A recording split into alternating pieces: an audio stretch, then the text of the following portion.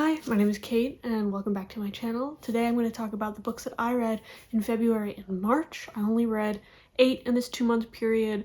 I can happily report that I am once again unemployed, so I'll be spending lots of time reading, and that's good news for you because I'll be making more frequent videos and reading more and hopefully liking more books because I've been having a bit of trouble recently. So without further ado, let's just get right into it. I actually have something positive to say to start off with, and that is probably because I chose to read Joan Didion. And anytime I read Joan Didion, I just feel really fulfilled. I really connect to her writing. And in February, I started the month with The Year of Magical Thinking. And the title may misinform you that it's kind of like a self-helpy kind of book. The phrase magical thinking kind of conjures manifestation and a lot of like new age woo stuff, but magical thinking is actually a psychological term that has to do more with like obsessive compulsive and suspicious, superstitious kind of thinking behaviors.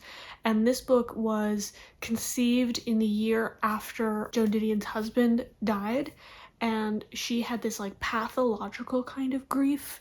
For instance, she really struggled to like declutter his clothes from the closet because she kept feeling like, but he needs them, but he's gonna need them even though he was already gone, and that she just had this feeling that he would come back. And this book describes a lot of kinds of feelings and her experience with this kind of wild radical grief. So of course this is like a memoir about grief, but it's also a book about change, which is something I'm interested in and something I really needed to hear at the time. I read this right after Parable of the Talents, and that parable duology by Octavia E. Butler has a lot to do with change. One of the main quotes from it is "God is change," and for this book to open with life changes in an instant, an ordinary instant, the question is self-pity, that really, like from the jump, grabbed me by the neck.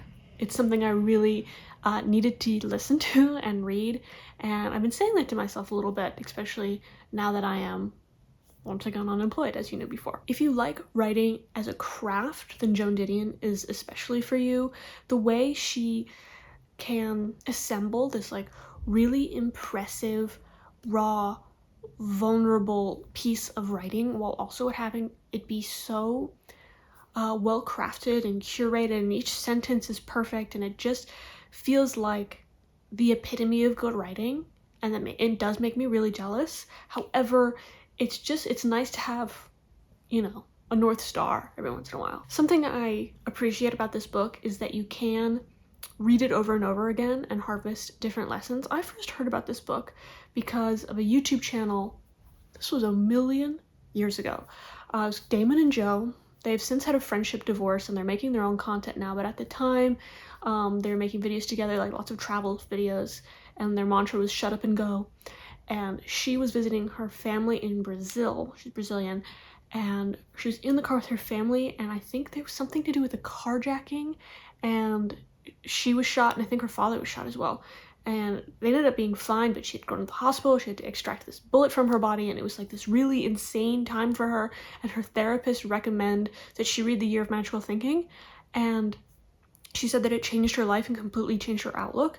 And for me, dealing with like immigration and unemployment, and for dealing with grief, like it really is kind of a cure-all salve. It's a universal donor for those dealing with hardship and change. So I definitely recommend it if this has at all spoke to you. If you're like at all going through anything, I feel like you can harvest something from The Year of Magical Thinking. So after I read Parable of the Talents, and if you want to hear my review about that, check out I think my last video or the video before that. And then I read The Year of Magical Thinking, so I was just it was like a really intense emotional period. I think I was also reading Song of Solomon at the time, and I really needed a break, a palate cleanser, something warm, and so I decided to return to the Veronica Speedwell mystery series by Deanna Raybourn. I read the first one in like November, December, and the second one in January, I think, so I've been slowly getting through them. However, now I've reached the point where they're no longer available on Libby. Like the next 3-ish are not available on Libby for digital download or and so I would have to like physically buy them, and that's like a mess. So I was trying to like speed read through the series while I was at my parents' house because I have access to a library in English over there, and I was only able to make my way through 3 of them because it just felt like I was spoiling the series, because it is so warm and a nice palate cleanser, but it's definitely not meant for binging. I've talked about Veronica Speedwell. I keep wanting to say Veronica Sawyer. That's not who that is. Veronica, you look like hell. Yeah, I just got back. Veronica Speedwell, I've mentioned this series a couple times before, and it is about, trying to make it brief, she is an orphan. She's orphaned by mysterious circumstances. She teams up with Stoker, and then they kind of solve mysteries together. It feels like a historical episode of Doctor Who. They're both scientists. It's Victorian England, and it's a blast. And the third one that I read in February was A Treacherous Curse. This one was kind of fun. It had sort of Egyptian themes, as a guy may or may not have stolen a diadem of an Egyptian whoever, and he may or may not have died or disappeared, and of course that guy happens to be Stoker's ex-best friend who ran off with Stoker's ex-wife, so then there's a lot of like drama involved. It has a lot to do with like debauchery and scandal. This series kind of really loves that, and I think that's why Victorian England makes such a good place for debauchery and scandal, because of the puritanical nature of it all. And I enjoyed this one. I thought it was nice. I thought it was a little simple. It was a bit run around Scooby-Doo for me, especially with like some of the details.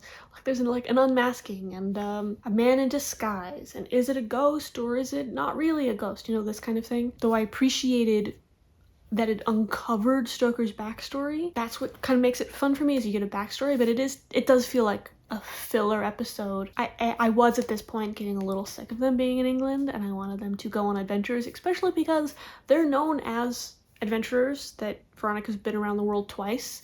And I quote, that's what she says all the time, I've been around the world twice. But I'd like them to leave England at some point. So when I decided to read the 4th book in the series, A Dangerous Collaboration, they did leave England. Sort of. They were off the coast of Cornwall, which is technically England, but they did leave London. And in A Dangerous Collaboration, they are on this like tidal island, thing like Mont Michel, where the tide goes out, or maybe it comes in.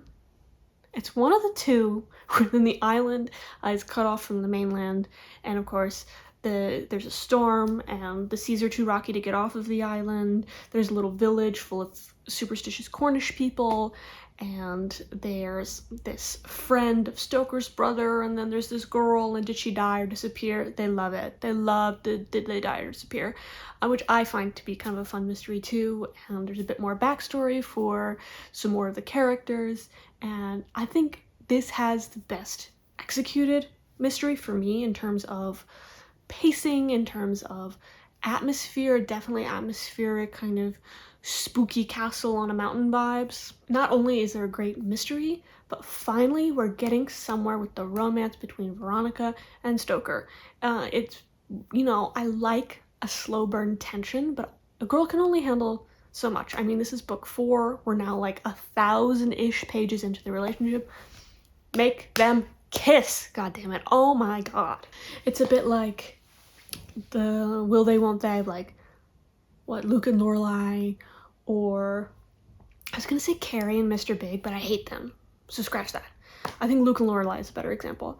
And so in this, there's like finally growth in the relationship, and not only just growth, but tension, because you need both for it to work, and that's the trouble. They can't be too happy where it's blissful, and they can't be so either unhappy or tracing around their emotions, or sort of vague so that it's boring.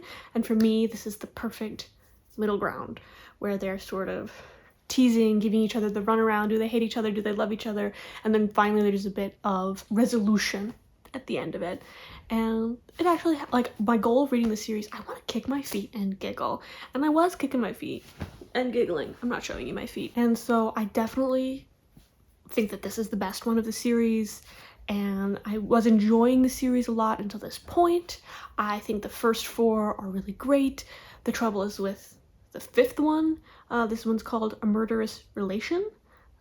Side note, can't tell the titles apart. Of course there's a murderous relation in all of them, and there's a dangerous collaboration in all of them. And like, the second one was called A Perilous Undertaking. It's all a perilous undertaking. I just need a better naming scheme. Like Harry Potter and the blanky blank. Like, that tells you what's in the book, actually. Tangent over. This one was a bit of whiplash from you get kind of romantic resolution into an immediate stoppage of any romance whatsoever. Like, we're thrown right into another mystery without them talking about their feelings, consummating their feelings. It's just was like sudden, we're like getting somewhere and now fucking around doing nothing again, and that was really frustrating. The concept of this one is it's Jack the Ripper in the background, which I love. Everybody likes a good Jack the Ripper story. And so then they're trying to prove the identity of Jack the Ripper, or prove the suspicions that the identity of Jack the Ripper is an acquaintance of theirs, no spoilers. And so they gotta make sure, like, it's not really him, don't think it's him, etc.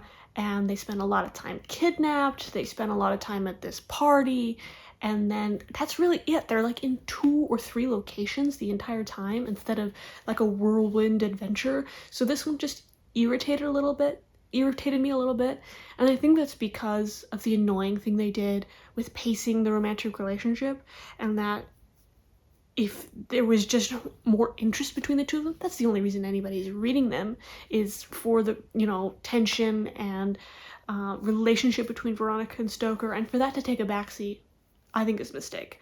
And so at this point, I realized maybe I would have enjoyed this if I hadn't read them back to back to back, because it is just meant to be a fun palate cleanser to something devastating, and that when I need that, I should turn to Veronica and Stoker for a good time, because I'm not always having, you know, a warm and pleasant time with what I'm reading. So I decided to cut it off here, and I will continue the series, and I'm still enjoying it. I know I just bitched, but I am enjoying this series, and I do plan on continuing it. And don't be discouraged from picking it up yourself. I still think that it's good. I would just say read one.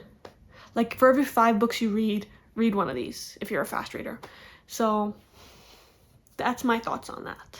So now we're gonna get to the last 2 books that I read in March, and they're very similar books, and that is The Favorites by Lane Fargo and the final revival of Opal and Nev by, is it Donnie Walton? These books are about sort of the epic long-term relationship of 2 artists. In The Favorites case, it's ice dancers. In the final revival of Opal and Nev, it's musicians in the 70s, I believe. And I read these because I like books about 2 characters' relationship over a long period of time, and they are very hard to do well, and I am chasing the high that Deep Cuts gave me. Love Deep Cuts. It was one of my favorite books of last year, and I want to read something like that again. And so I went first for The Favorites because I thought maybe I would try like sports novels. I'm famously unathletic, famously would rather run into traffic than watch an American football game. However, I did watch Challengers recently. That's a tennis movie, and it was interesting, sort of the interpersonal relationships of the characters and how ego comes into play, and tennis is a lot more medieval than I thought it was. So I thought, well, maybe I'll ease myself into sports narratives, because I think there could be something there for me in terms of like talking about people's careers and relationships and fame and interpersonal drama, etc. So I thought I would ease myself into it by reading about ice dancers, which is sort of the intersection of sports and art. Plus the Olympics just happened, and who isn't obsessed with Elisa Liu right now? Hello. Unfortunately, I did not like this. I wanted it to be more literary, and this was more pulpy. If you like Taylor Jenkins Reid, you would absolutely love this. Just for me, it was a little bit fluffy, it was a little bit overdramatic, melodramatic more like it, and a bit just too, ooh, I'm trying not to think of a misogynistic word for it because I just keep thinking girly. Like, it was just so superficial and flimsy, especially the characters. The characters were really flat to me. They were just caricatures rather than characters. Hello? And because the girl she's a strong girl and she'll do anything to win blood, sweat, and tears. And for me, that character is hard to do well because they so often come off as try hard and annoying and like pandering to the women who read the books. Like it's self-aggrandizing, self-insert, like it's a very shallow view of what a strong woman is or could be. Yes, maybe they can manifest as kick-ass athletes, and they do, but she was just so rough around the edges in a way that was cartoony rather than it felt realistic. Like she was just not balanced or complicated. And her male counterpart, boring, don't know anything about him, snooze, won't even waste my breath. He was just kind of like nothing person. She was just writing a character that the reader would want to sleep with. And that's a pet peeve of mine. I don't want to sleep with words on a paper. Hello, give me an interesting character to care about. Hello. Sorry, I'm getting really pissed off. Just because it was just such the ridiculous plot of it. If I were to sit you down and like beat for beat explained what happened in the book, I did this to my mom. I cornered her at a restaurant. Like, I have to tell you everything that happened in this book. And she, halfway through my speech, was over it. And because it's just like, I know real life is stranger than fiction, but some of the stuff that was happening was just really strange and overdramatic and pulpy. Definitely a beach read if you like something kind of over the top and fun. Maybe this is for you. I think Taylor Jenkins Reid kind of plays into sort of like, let's take real life interests like rock music from the 70s like Fleetwood Mac or like Elizabeth Taylor, and then just paper mache something together that's kind of like real life, but like extra pulpy and fun to read and kind of self-insert for the female reader. And then that's kind of what it is, which I understand is I'm ragging on Taylor Jenkins Reid a little bit, and that's because I don't like her writing, and I didn't like this girl's writing either. It was just all so lame. And that's so unfortunate because I really wanted to like it because I love Elisa Liu and I love ice dancing, and I really... it's just so disappointing when you have such high expectations because it's always recommended in tandem with deep cuts, which I'm now finding is psychotic. But because deep cuts not only is like a pillar of good writing, like it really Holly Brickley really honed the craft there, but it also has such great characters and it's really grounded and it's saying something that to compare them is like saying, oh, you like A Fistful of Dollars? You should watch that Barney episode with the cowboys in it. It feels like that to me. Okay, so the last book I'm going to talk about is the final revival of Opal and Nev. Like I said before, this is about musicians in the 1970s, and like Daisy Jones and the Six, it is told interview style, where there is somebody... It's a bit... Yeah, it does feel very informed by Taylor Jenkins Reid, doesn't it? Because in Seven Husbands of Evelyn Hugo, there is a journalist who's tangentially related to the subject matter, interviewing somebody and recording the facts of what really happened. And then in Daisy Jones, it's sort of documentary interview style where everything is told in these large chunks of dialogue. And this is those two ideas combined, where we have our journalist, who is the daughter of a man who was murdered in a riot by white supremacists, and this riot happened at the concert of Opal and Nev, and so then that daughter is interviewing sort of everybody sort of to contextualize the event of her father's death, and it has a lot to do with race in the music industry and double standards and Black song tradition, the 60s, the 70s, which are all special interests of mine. However, I felt that the book fell a little bit flat for me for a couple of reasons. It was really focused on this event of the riot that it really like cannibalized the whole narrative, and I'm trying to tread carefully because I don't exactly know what the author's intention was. I mean, if the intention was to focus completely on this event and the events surrounding it, the event, that's one thing, but it's marketed like The Tale of Two Musicians, and it's told like The Tale of Two Musicians, the way we're talking about chronologically their career and what they did before and what they did after and their relationship to each other, yet we're just always talking about this, right? Like, before it happens, we're foreshadowing it. After it happens, we keep referencing it. It's just, it doesn't feel like it's having the impact the author wants it to have. It just feels like she's trying to emphasize how important it is in ways that are a little heavy-handed, rather than letting the event and its aftermath speak for itself, if that makes sense. Furthermore, I feel like this story could have been told kind of with other people in any era. Like, why musicians, and why this place, and why this? I just don't understand why it was important to tell this story specifically with musicians. I understand that being a Black person in the music industry in the 60s and 70s, and now obviously, is complex and would be interesting to write about. Then I just don't know why she wasn't writing about it. It just feels like she wanted to talk more about race relations than music, which is fine.